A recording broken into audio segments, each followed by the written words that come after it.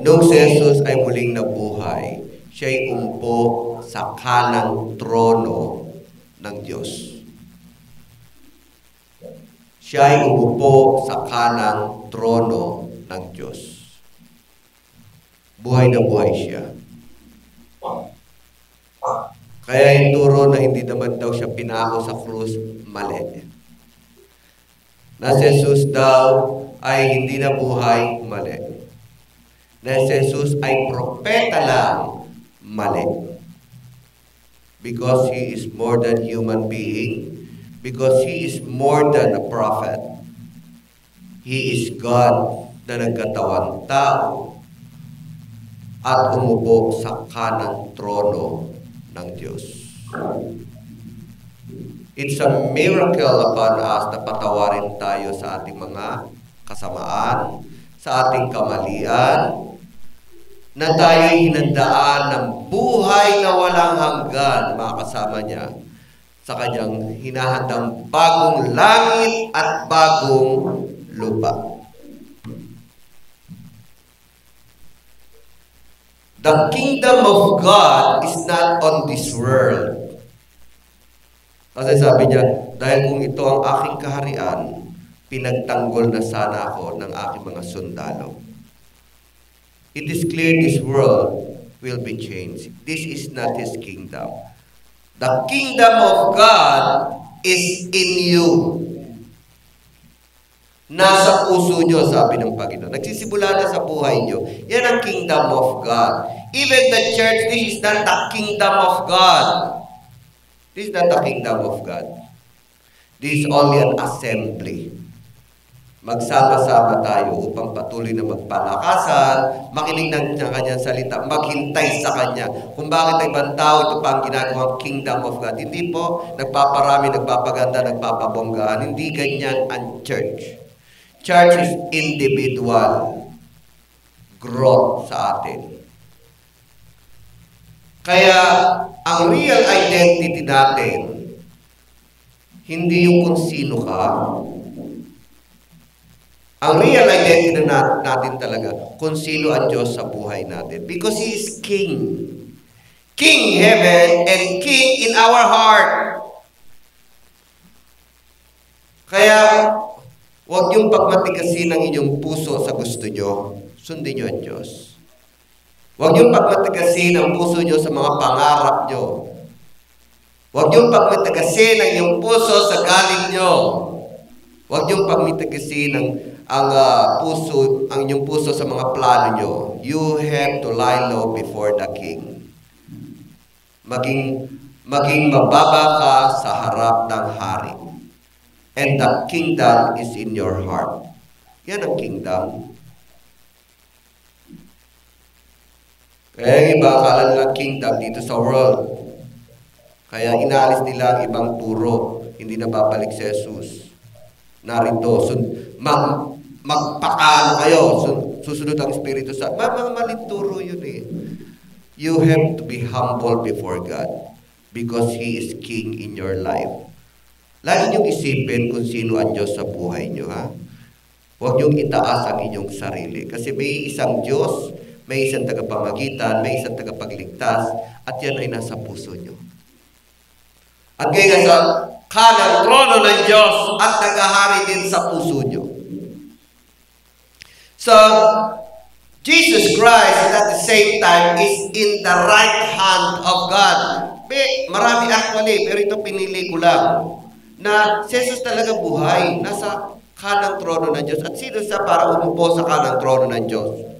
Hindi siya tao. Siya Diyos din. But in a form of a human being, tulad natin. Umupo siya sa Diyos na Espiritu. Pero nung umupo siya, siya ay nasa katawan tao na. Hindi siya nagbago actually nung makyat siya. Kaya sabi rito, basahin natin muna sa Mark 16:19. Okay, basahin natin. After the Lord Jesus had spoken to them, so nangaral siya, go ye therefore, baptisman niyo sila, bla bla bla, lahat, may mga binili siya mahalaga. At sabi rito, lahat ng sinabi niyang yon, pagkatapos, He was taken up into heaven and He sat at the right hand of God. So, in the form of a human being, sitting in the spiritual God, hindi siya nagbago. At siya pa rin. At sabi ng mga anghel, ay, ba't kayo nakatunganga dyan? Yung si Jesus, nakita niyo umakyat sa langit, bababa rin sa inyo. So, paano siya umakyat daw, bababa rin? In a form of a human being. Why? Kasi i-adapt niya tayo. But not in your form. Hindi yung ganyang itsura nyo. In a form of a heavenly body. Tulad ni Kristo. Magiging kapatid niya tayo. And there is only one Father in heaven. So, siya yung upo sa kanang trono ng Diyos. And in 1 Peter, 13 kasi binigay ko. No? 1 Peter 3:22. 1 Peter 3:22. Who has gone to heaven and is God's right hand with angels, authorities, and powers in submission to Him. Lahat na ng mga authority, lahat na ng mga kinabukasan natin, lahat ng mga mangyayari dito sa daigdig, lahat ng mga demonyo, anghel, ay nasa ilalim ng kanyang paanan. And it is already predicted bago mangyari to. Alam na Jesus to. Doon sa Psalms 110, actually, bago ito mangyari, mga bagay na ito kay Jesus, na siya mamamatay sa krus, siya muling mabubuhay, at upo sa kanang trono ng Diyos, actually, na-predict na yan. Doon sa Psalms, awit, 110:1, na-predict na to. At sabi ni David, na-vision na niya na to na pinakita na ng Diyos kay David ang mangyayari sa tagapagligtas. David, a psalm. The Lord says to my Lord. Sinabi ng Diyos, ng aking Panginoon sa aking Panginoon. So, dalawa yung nakita niya. Ang Diyos at Jesus. Sit at my right hand until I make your enemies footstool for your feet. At ito yung pinang niya rin pagdibati ni Jesus sa mga natutuligsa sa kanya. Kasi sinabi niya na siya ay anak ng Diyos. Kasi sa kanilang theology, si Jesus ay anak ni David, tao. Kaya sinabi ni Jesus, na daming tuligsa sa kanya. Ngayon, siya nag-question back sa mga Pariseo, sa mga Saduseo, sa mga eskriba. Teka, tanungin ko nga kayo. Ang akala nyo, ang Mesiyas ay anak ni David. Bakit sinabi ito ni David mismo? At sinabi ni David, sinabi ng Panginoon sa aking Panginoon. He was referring to the Messiah, Jesus ngayon. Umupo ka sa kanang trono ng Diyos, sa aking kanang trono, hanggang sa may pasupil ko ang iyong lahat ng kalaban. Ngayon, kung si David ay tinawag niya ng Panginoon ang Mesaya, siya ba'y anak talaga ni David? Natulala, natunganga. Sira ang kanilang theology. So, it is already predicted that He has to die on the cross, mabuhay na muli, and lastly, He will be taken to heaven to sit at the right hand of God. Now, the Lord is coming King pa yan. Pero in your heart, sabi niya, nagsisimula na sa puso niyo ang paghahari ng Diyos. Kaya, ang itaas niyo ay ang Panginoon sa buhay niyo, hindi ang inyong sarili. Ang itaas niyo sa buhay niyo ay ang Panginoon, hindi ang inyong mga pangarap, ang mga gusto nyo, ang plano nyo. Do not harden your heart sa circumstance. Follow God because He is King in your heart. Do not harden your heart because ito yung plano ko ito yung gusto kong mangyari. Mali. Kung hindi nyo man masunod ang inyong plano, ang gusto nyo, huwag nyong i-harden ang inyong heart. Follow God. He is King in your heart. That is the real kingdom of God. Hindi ang hari talaga ng Diyos, hindi naman nakikita na literal dito sa lupa. Kasi world is already cursed. This is not His kingdom. So do not put the kingdom of God in this world. It is in your heart. That is the real kingdom of God. That's why in your heart, the real identity, sino ang Diyos sa buhay niyo. Kasi minsan kapag tinataas niyo ang iyong sarili kung sino ka, minsan, you harden your heart. Ito gusto ko. Ito ang pangarap ko. Ito na yung dati kong pinagpe-pray. No. If He is king in your heart, you have to follow His will. You have to submit. You have to know His will. You have to lift Him up in your life. Hindi ito pabonggahan. Hindi ito pagandahan. It must be seen in your life. And that is holiness. So even Jesus Christ, He changed the meaning of throne. Nung siya'y umupo sa kanang trono ng Diyos. Kasi when we think of a throne, it is a power and authority. Yan ang trono. Kaya lang, may mga hari dito sa lupa, iba-ibang paraan kung paano nila kinuha ang trono nila. Either by dynasty, namana, either by kudeta, inagaw, either by chance, the election, but Jesus Christ is different. Paano niya nakuha ang tronos na binigay sa kanya ng Diyos? Kailangan siyang mamatay at muling mabuhay. Napakaiba. And He reigned. And everything is put under His feet now. He has the authority and the power. Kaya lang binigyan niya ng ibang meaning ang trono. His throne now is not a power and authority only. It is a throne of love. It is a throne of humility. It is a throne of mercy. And then it is a throne of His goodness. So when you see a throne, it's not only power and authority. Kaya nga sa Hebreo 4 and 16, sabi nung yung sumulat nitong Hebreo, kaya lumapit kayo sa trono ng Diyos na may confidence. Hindi siya nakakatakot. Hindi siya nambibigo. He is full of mercy and love because He changed the meaning of throne. It's not only authority and power. It is a grace, love, humility, and goodness of God. And now the throne of God is not only in heaven, it is also in your heart. Yan ang trono ng Diyos. Kaya sabi ng Panginoon, huwag niyong hanapin ang kaharian ng Diyos dito sa lupa. Wala talaga dito.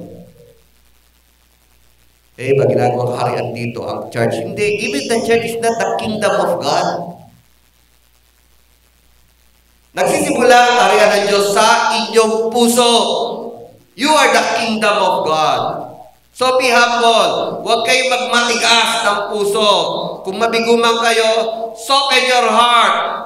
Go to the throne of God.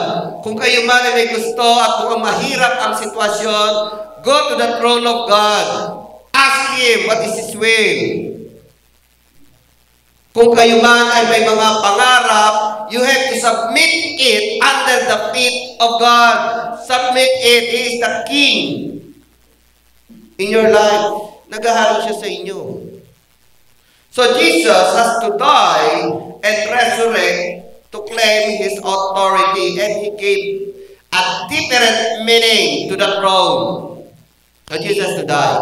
Iba ang papamaraan niya kung paano nakuha ang kapangyarihan at authority. Hindi sa kudita, hindi by dynasty, hindi namana, hindi ito sa eleksyon, kundi He has to die and He has to raise. Kakaiba, di ba? Kaya yung ibang mga paniniwala sa Diyos, takot na lumapit, hindi nakakausap, kasi hindi nila naunawaan ang ginawa ni Jesus. He changed the meaning of throne of God. Kaya may mga relihiyon na hindi na makakausap ang Diyos. May mga relihiyon na sinisigawan ng Diyos. May mga relihiyon na hindi ka na makakalapit sa Diyos. May mga relihiyon na kailangan kung ano pa mga gagawin mong ritual. May mga ritual pa sila. But here, wala nang ritual. It is in your heart. You can talk, you can say, you can converse. A very simple way to talk to God. And very simple way to come to His throne. Kasi siya na ngayon nag-ahari kasama katabi ng Diyos at siya ngayon at the same time nasa puso Diyos. Sabi niya, nagsisimula ng kaharian, wag niyo hanapin kung saan-saan dito sa lupa. Kasi sisirain itong daigdig. Papalitan ito ng bagong langit at lupa. Ang kaharian ng Diyos ay nasa puso niyo. Yan ang tunay, the kingdom of God. So through the death, through the death and resurrection, Jesus gave a new meaning to the throne. Iba na ang meaning ng throne ng kaharian ng Panginoon. Hindi ito dapat katakutan, hindi dapat ito iwasan, hindi dapat ito ng maraming ritual, hindi dapat ito pakitan tao, hindi ito dapat sa salita lang. Because the meaning now of God is the throne of God. His throne is a symbol of humility. God is humble. Walang ritual siyang inaano ngayon, nire-require. Walang ritual na. You can come anytime, any place in the presence of God as long as you humble yourself. Kaya kanina sinabi ko, huwag niyong pagmatigasin ang inyong puso. Like Pharaoh, actually nakita niya ng himala ng Diyos, pero because of his throne, because of his power and authority, kasi Pharaoh siya eh. Hindi dapat siya magsabit kay Moses. Sige, gawin niyo na yung gawin niyo, kaya ako talaga magpangirahan ng Diyos. Pinagmatigas niya ang kanyang puso. Sa lahat ng mga himala na pinakita ng Diyos, actually natatouch na siya. Kaya lang, ayaw niyang i-give up ang kanyang religion. Ayaw niyang i-give up na mapahiya siya na natalo at sumunod siya kay Moses. Kaya sinasabi rin, pinagmatigas niya ang kanyang puso. Do not harden your heart with your knowledge, with what you know, with what you plan. Huwag niyong pagmatigasan inyong puso. Kung meron mang sinasabi sa inyo ang Diyos because of circumstance, because of dream, because of warning, because of the Word of God, do not harden it. Follow the will of God. At kung ito man ay hindi nyo nasunod ang mga plano nyo, do not harden your heart. Dahil may ibang plano ang Diyos. At nung namatay na, talagang masakit na sa Pharaoh to. Kaya lagi itong sinasabi, harden. And God hardened the heart of Pharaoh. Hindi niya hinarden John. Si Pharaoh, hinaharden niya ang puso niya. Hindi niya lang tinatouch ang Pharaoh.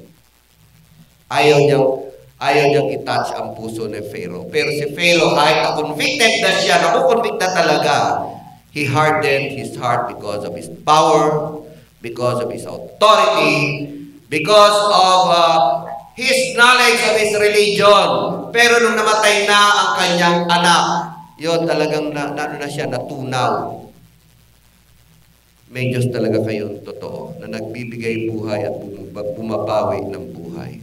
Sige, mag-alay na kayo sa inyong Diyos at pag-pray nyo na rin ako. Na-touch siya, na-convict siya. Sige, lumakad tayo. At yung mga tao na ayaw din maniwala kay Yahweh, actually naging mabait sa mga Israelita. Nung nakita nila ang kapangyarihan ng Diyos ay hindi lang performance, ito ay may kapangyarihang bumawi ng buhay. Natakot na sila. Kaya nung mga Israelita lumakad, pati mga kapitbahay nila, mga amo nila, nagbigay lahat ng mga hihigiin ng Israelita. So that's often na because of their fear, because na-convict na sila. And then they let the Israelites to go and worship the Lord. Pero ito na naman.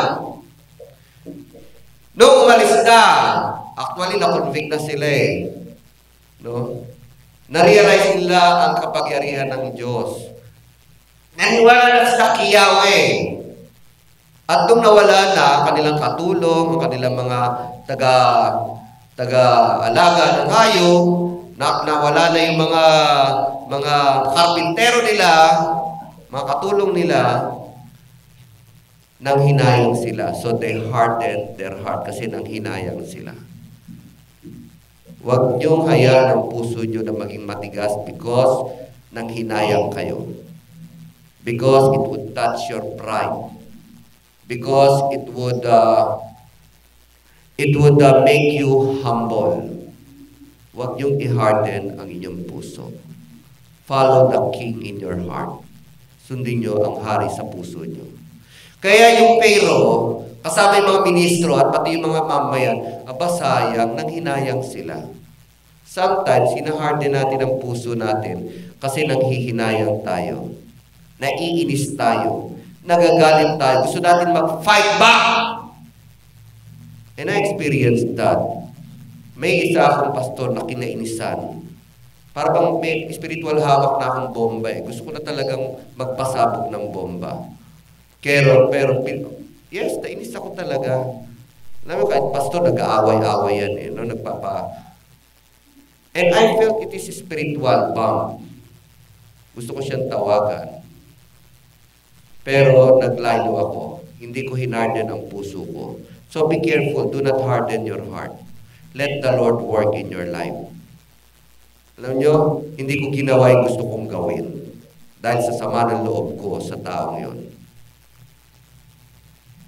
Sometimes it needs time. It needs devotion. It needs quiet time. Para ma-realize mo, bomba pala ng diablo yun. Hawak mo. Do not harden your heart. Pray. Have a quiet time. Read the Bible until God will give you wisdom. God will lead you. At doon, na-realize ko, hindi galing sa Diyos yun. Galing sa diablo yun.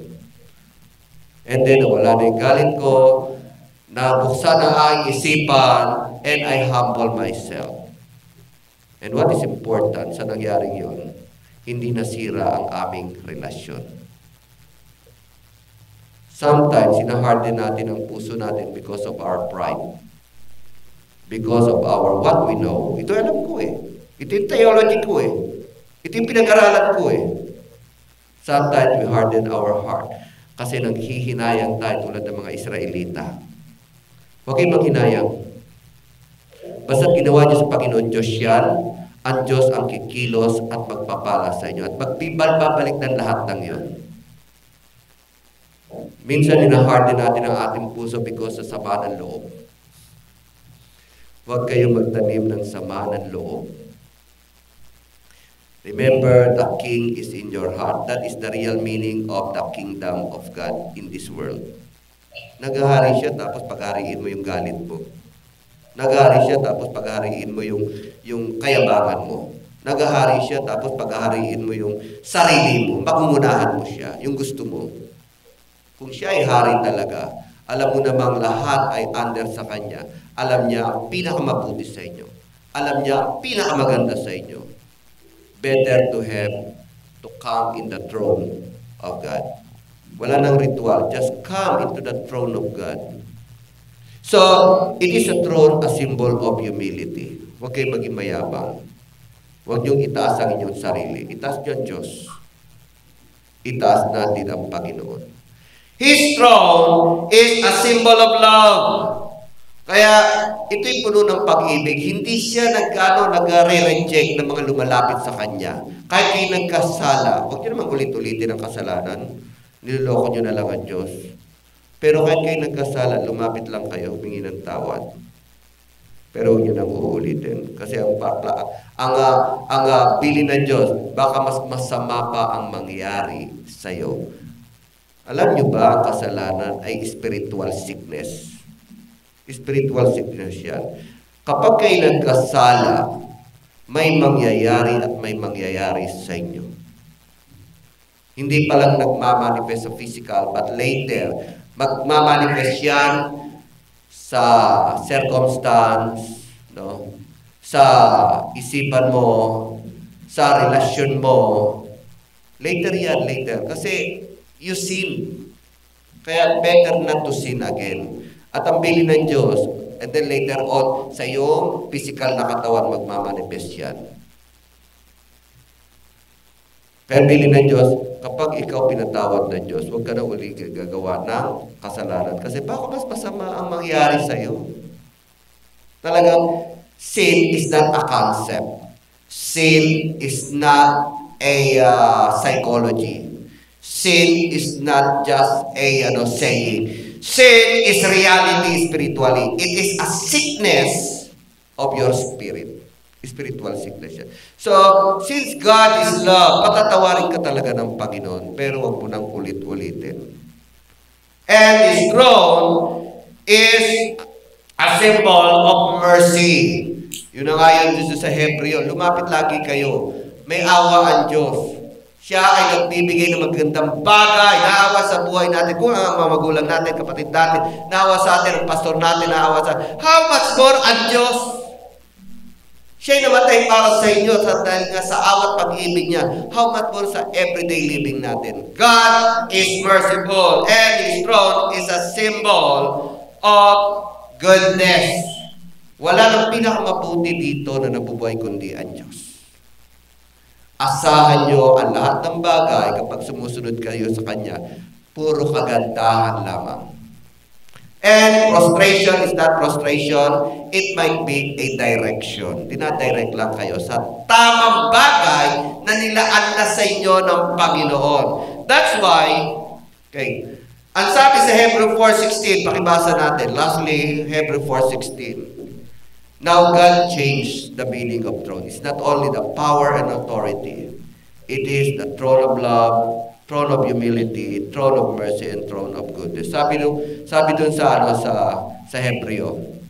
Kaya nga sa lahat ng ginawa na ito ng Diyos. Okay. Dun sa Hebreo 14:16. Basahin muna natin 4:16. Sige. 4:16. Hebreo 4:16. Let us then approach the throne. You see? Ngayon, lumapit kayo sa trono ng Diyos. With confidence. So that we may receive mercy and find grace to help us in our time of need. Balik tayo sa paano lumapit sa trono ng Diyos? Paano lumapit sa trono ng Diyos? Your devotion, your prayer, your quiet time. Kneeling is your act of coming to His throne. Let us do Hebrew 4:16. Nararamdaman nyo ba minsan na sa bigat ng problema nyo na natatahimik na lang kayo naluluha? It is coming to the throne of God. Diba, Ate G, no? Nung may nangyari kay Pastor, kay Pastor Mon, hindi ko na kaya. Actually, you come to the throne of God and He answered. That is coming to the throne of God. Yung bang time na nalilito na kayo, hindi nyo alam gagawin, just keep quiet and call upon God.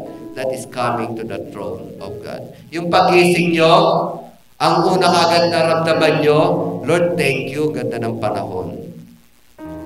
That is coming to the throne of God. Natutuwa siya. Anything that you say upon the Lord with humility, with love, okay, and asking for mercy, it is coming to the throne of God. Kaya nga sa Hebrews 4:16, kaya nga lumapit kayo sa trono ng Diyos with confidence. At lahat ng inyong hinihingi ay ibibigay niya ng tapat. Tayo lahat magsitayo.